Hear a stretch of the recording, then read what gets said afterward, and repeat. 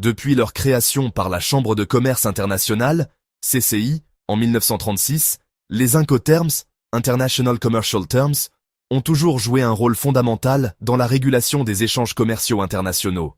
En codifiant les responsabilités respectives des vendeurs et des acheteurs dans les contrats de vente, ils offrent un cadre commun qui limite les malentendus, les litiges et les risques liés au transport des marchandises à travers les frontières.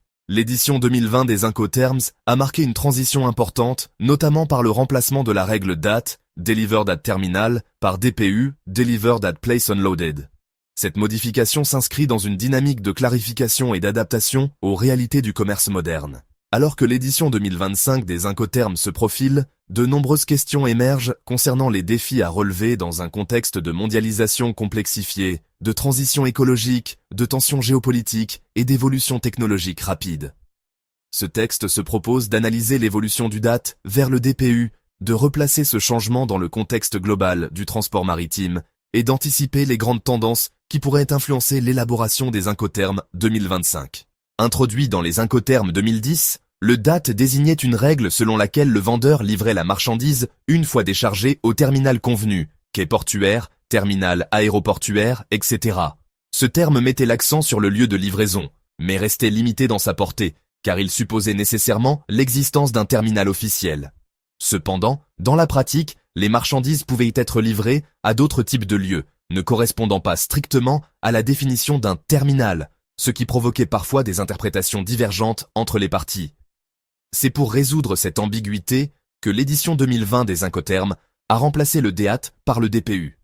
Le DPU conserve l'exigence de livraison après déchargement, mais ouvre le champ des lieux de livraison à n'importe quel endroit convenu entre les parties, à condition qu'il soit accessible pour le déchargement. Le passage du DAT au DPU permet donc une plus grande souplesse contractuelle. Le vendeur est responsable non seulement du transport, mais aussi du déchargement de la marchandise, ce qui représente une contrainte supplémentaire. Cette évolution souligne une tendance plus large dans les Incoterms récents, la volonté de colter les pratiques réelles du commerce et de mieux refléter les responsabilités logistiques des acteurs. Le transport maritime, qui assure plus de 80% du volume des échanges mondiaux, est confronté à des mutations profondes. L'essor du e-commerce, la digitalisation de la chaîne logistique, les pressions environnementales et les crises géopolitiques, comme les tensions en mer Rouge, les conflits en Ukraine ou à Taïwan, redéfinissent sans cesse les équilibres du commerce mondial. Les compagnies maritimes doivent composer avec des contraintes de plus en plus complexes, flambée des prix du carburant, normes environnementales plus strictes, comme la réduction des émissions de soufre et de CO2, engorgement des ports, pénurie de conteneurs, cyberattaques, etc.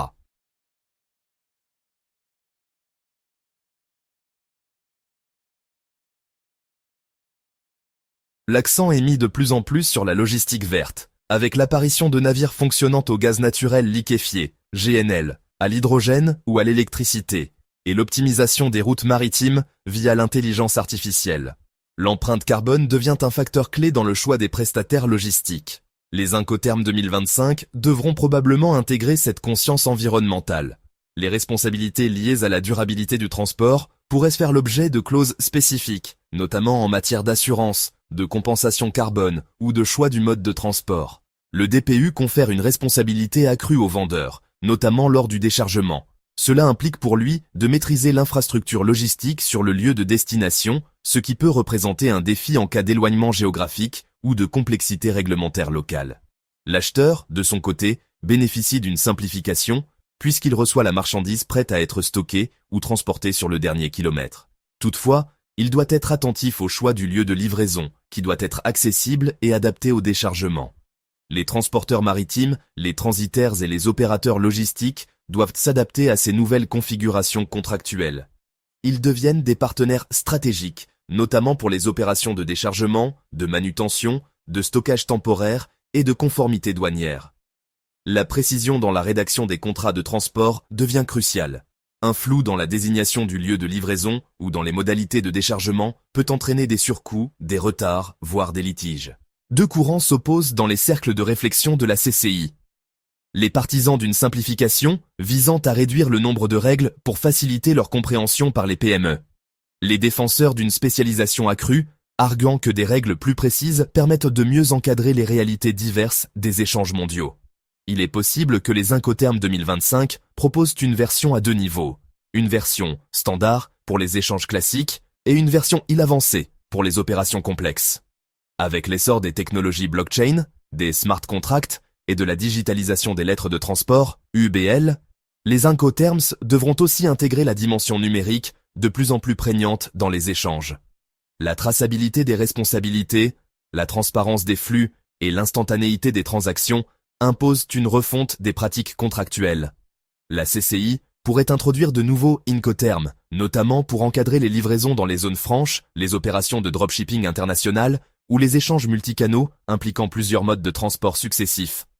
De même, certaines règles existantes, comme FCA, Free Carrier, pourraient être précisées ou scindées pour mieux refléter les évolutions récentes. La transition du DAT vers le DPU dans les Incoterms 2020 n'a pas été un simple ajustement terminologique, mais le reflet d'une adaptation nécessaire aux réalités du commerce mondial. Dans un contexte en perpétuelle mutation, où le transport maritime est à la fois un vecteur de croissance et un secteur sous pression, les Incoterms 2025 devront offrir un cadre clair, flexible et responsable. Ils devront répondre à des exigences croissantes en matière de durabilité, de sécurité, de digitalisation et d'efficacité, tout en conservant leur rôle fondamental de réducteur de risques et de facilitateur du commerce international. La compréhension et la bonne application des Incoterms ne seront jamais de simples formalités. Elles seront la clé de voûte d'une logistique performante, capable de relever les défis d'un monde globalisé, numérisé et plus exigeant que jamais.